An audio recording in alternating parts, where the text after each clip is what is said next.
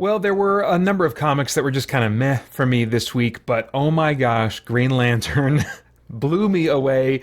I'm Peter Franson from christiangeekcentral.com and Spirit Blade Productions. Welcome to Essential Issues Weekly, where I talk about DC Comics 1 week after their release on the Ultra tier of the DC Universe Infinite subscription service. In each installment, I pick an assortment of comics to talk about as a DC fan and also explore what, if anything, they have to say about the essential issues of real life. Now, warning, full spoilers for everything I talk about. This is your first and only warning that many spoilers lie ahead. Right now, we're taking a look at comics originally released to the Ultra tier on April 9th, 2024. Each of them originally published March 12th, 2024.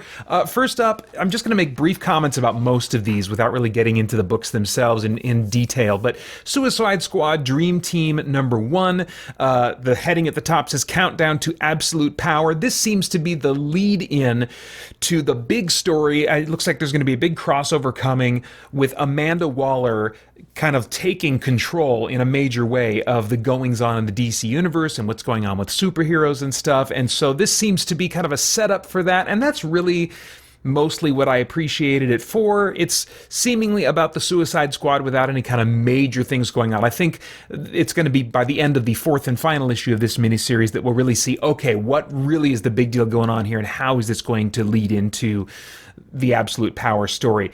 And just conceptually what they're teasing for the Absolute Power story and Amanda Waller's involvement in it really has me interested. So just on that level alone, I'm interested in reading Suicide Squad Dream Team 1 through 4, but this issue didn't really super grab me for any particular reason.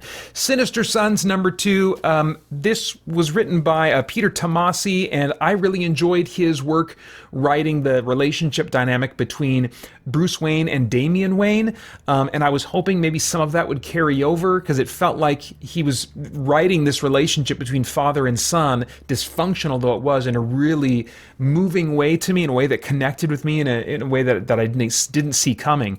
And I was hoping that maybe something would carry over, that in this Sinister Sons book we would see a similar interplay with Sinestro and his son, and Zod and his son, but the first and now the second issue really just seemed to be about these two boys and them kind of like going at it as bratty kids, and I'm just not at all interested in that. I basically said to myself, okay, they have until the end of issue 2 to get at least one of the dads into the story in a significant way, but that's not what's going on here. The art style remains a very kind of young, cartoony, like kids cartoon Saturday morning kind of vibe to it, and so it seemingly is a book written about kids and probably for kids, but I couldn't tell you the intent because I'm not a mind reader, but it's definitely not for me. Moving on, Action Comics 1063. This brought the Bizarro storyline to a close, and I've already mentioned before that like I wanted this story to work for me. I want Bizarro to work for me in a more interesting way than he typically has in the past, and ultimately the story just did not connect with me. And the writing style in general, it seems like to gloss over some significant details and some logical glue that I needed to kind of hold things together, and hitting like major story beats. In some ways, this issue felt rushed, like the writer didn't have as much time as he originally thought he would to tell this entire story, and it was just kind of hitting some plot beats, and I'm like, oh my gosh, how are we getting from A to B? And so sadly, this Bizarro storyline was just not for me either. So the first three, disappointing, but I did enjoy the conclusion to Wesley Dodds' The Sandman, which did have a the end at the end of this. I was wondering, is this going to be an ongoing or a mini-series? And I feel like sometimes DC just doesn't commit to that until the last issue lets you know whether it's continuing or not. And it does have a satisfying conclusion. It basically ends with establishing how Wesley Dodds initially met the Justice Society members, but really it's not about them. It's about his story and dealing with the fact that his research is being stolen seemingly by the military, although it becomes a lot more complex than that in the last couple of issues here. But being stolen to be used by the military to carry out war in a way that Wesley finds unconscionable, and so he's trying to get his research back into his own hands. And so this brings that storyline to an end.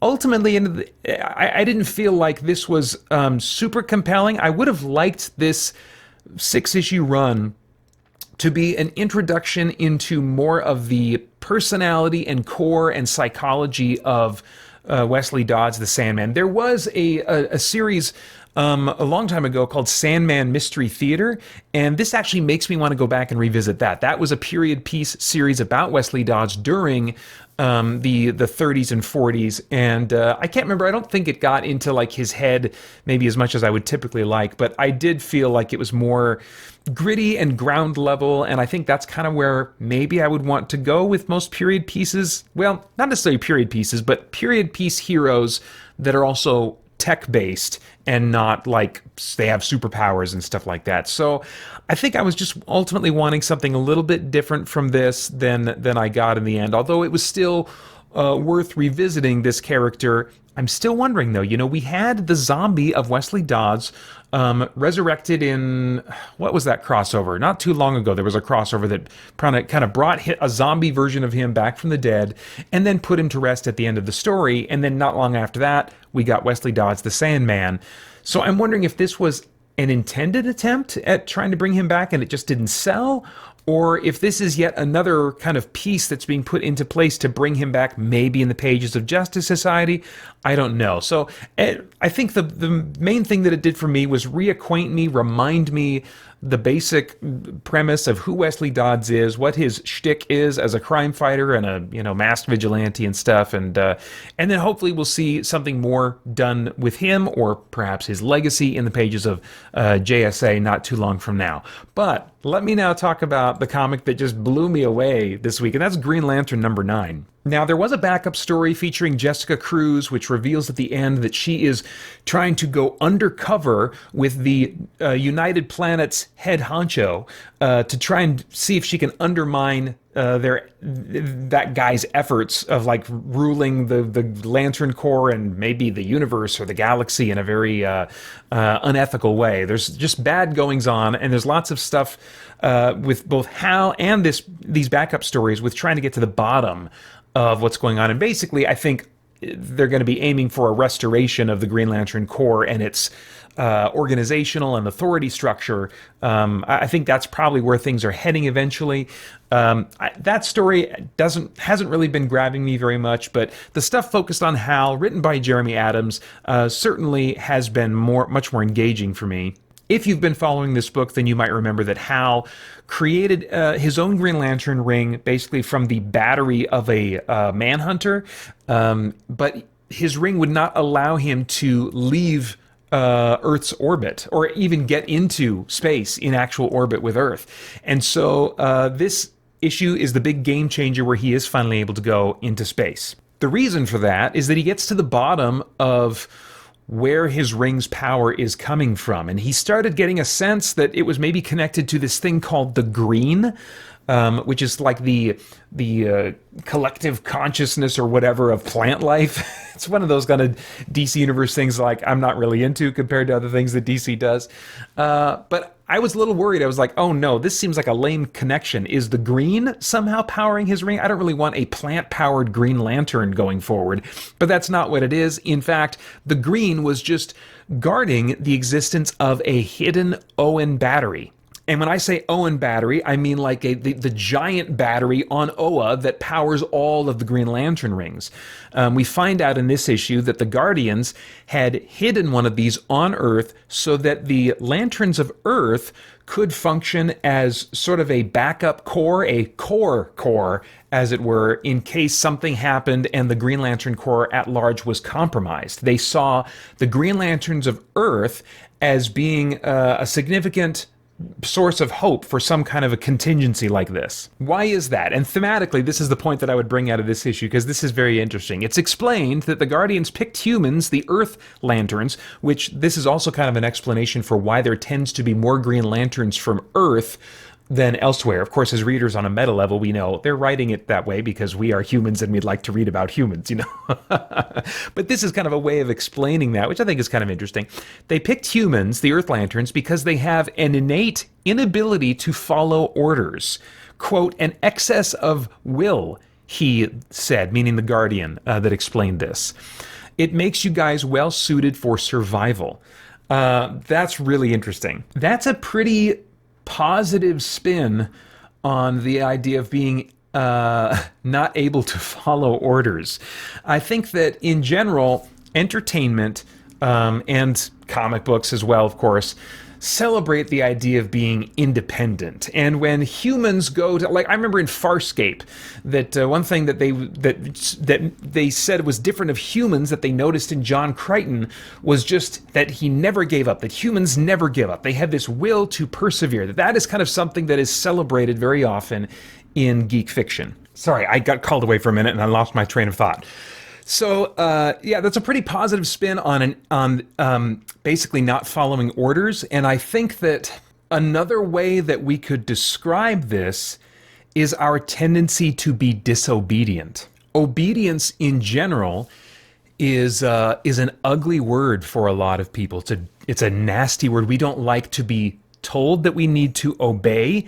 When I hear the word obey, because of how much that word has been used in context to call out corrupt leadership, just hearing the word obey, it sounds oppressive. And yet in our home, for example, we have really had to recontextualize that for our boys and tell them it is very important that you obey.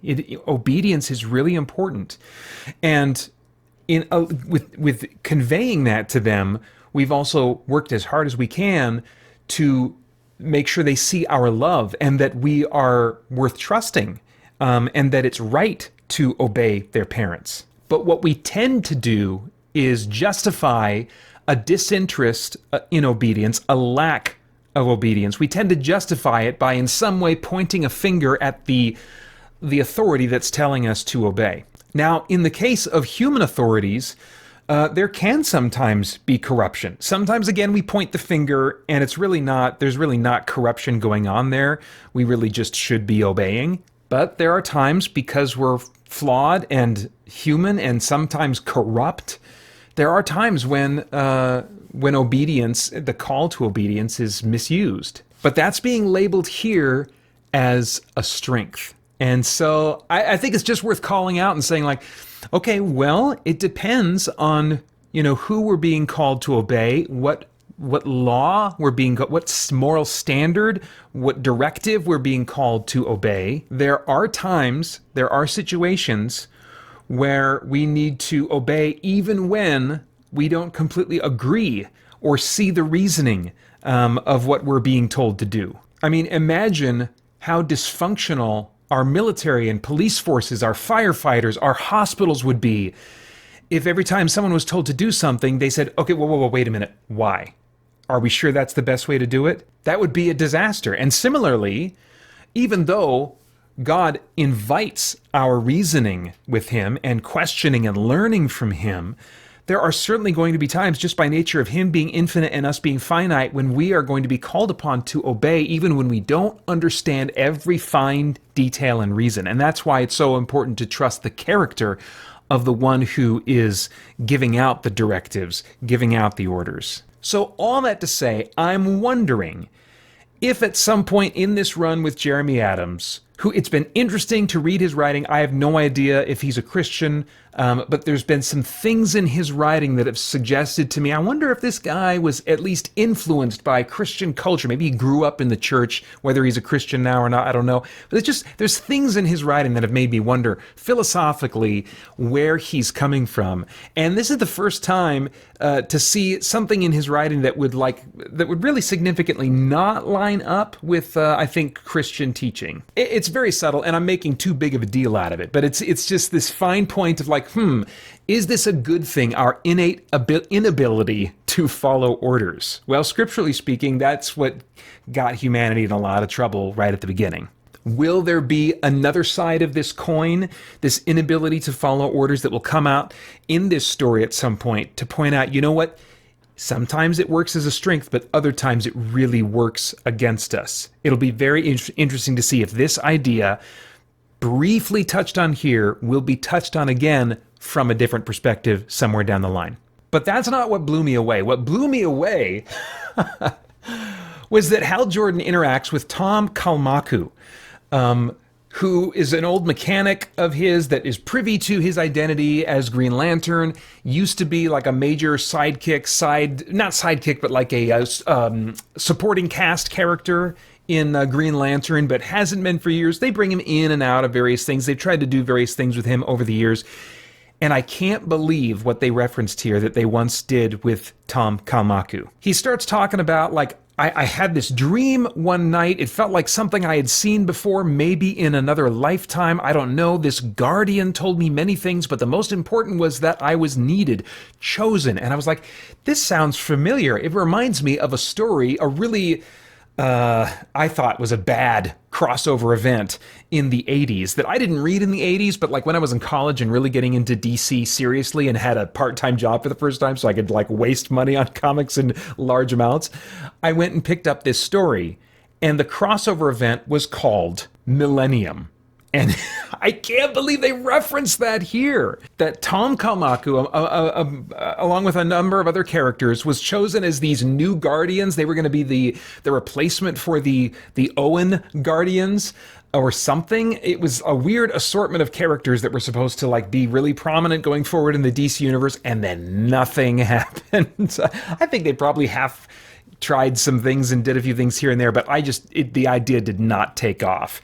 And after a while, I think they stripped Tom of his powers, or in one of the continuity resets, they just decided maybe quietly to themselves, we're going to pretend that never happened. I don't know. But it hasn't been referenced in so long that Tom was one of these new Guardians that when I started seeing hints of this, it's like, wait a minute, they're not really going to reference. And then I turned to the next page, and they even used the logo from Millennium. Somebody dug that up, and that is so dorky, that is so nerdy, that is such a deep cut. That's even really before my time. I'm 46 years old, and so I'm like, I don't know who this reference is for. It's not even for people my age, because it was published before my time really reading comics on a regular basis. So I'm like, this is such a deep cut to be kind of given a moment of celebration here. Tom is then in and out of the story. He plays his part. He gets out of the way. So it doesn't look like they're going to, really resurrect a thread from that story or anything like that. But the fact that they were referencing that, I loved it so much, because it took something that was, unenjoyable, that was not a big hit, and it said, you know what, this still happened, it still matters. And that's something that I've appreciated. Even with the continuity resets of the DC universe, they've established recently that, you know what, even with these resets, there is a sense in which all of this stuff still happened and still matters. And I like that, because it makes my investment in a shared universe really worthwhile, And I've said before in this Essential Issue series, there's nothing like, whether you're reading Marvel or DC, there's nothing like having this weekly glimpse from multiple portals into a shared continuity. It's admirable what Marvel, the MCU did, but there's still nothing like this regular weekly update in multiple comics, all peering in from different angles into a shared universe that just becomes more and more rich and detailed and fleshed out as every week, month, year, decade passes. And so to see something like this, I'm like, you know what? I did not like that story at all. I'm glad that it didn't go anywhere, but I love that they said, you know what? It still happened and it still mattered, So big points to Jeremy Adams for that deep cut. And I think that pretty much wraps up my thoughts on comic books for now. Well, not quite. I do have the what do you call this? The ring of, what's this color? It's sapphire. The color of love, because, and not, this is the inferior love, not the Greek word agape love that Jesus taught, that the apostles wrote about. I'm talking about the inferior love that's just like, I love ice cream. I freaking love what happened here in Green Lantern. What is this, number 9? And even though a lot of else that I read this week was just kind of like, whatever, this made such an impact on my little nerd heart. That is the overriding feeling that it leaves me with, is love for what's happening right now in Green Lantern. Can't wait to read more. Okay, those are all of my thoughts on comic books for now. As always, I would love to get your thoughts in the comments below. I hope also you'll join us over at christiangeekcentral.com as we continue to geek out and seek the truth. For more chat about geek entertainment, answers to your questions, and news from the wider world of Christian geekery, get the Christian Geek Central podcast today on iTunes and other podcast services.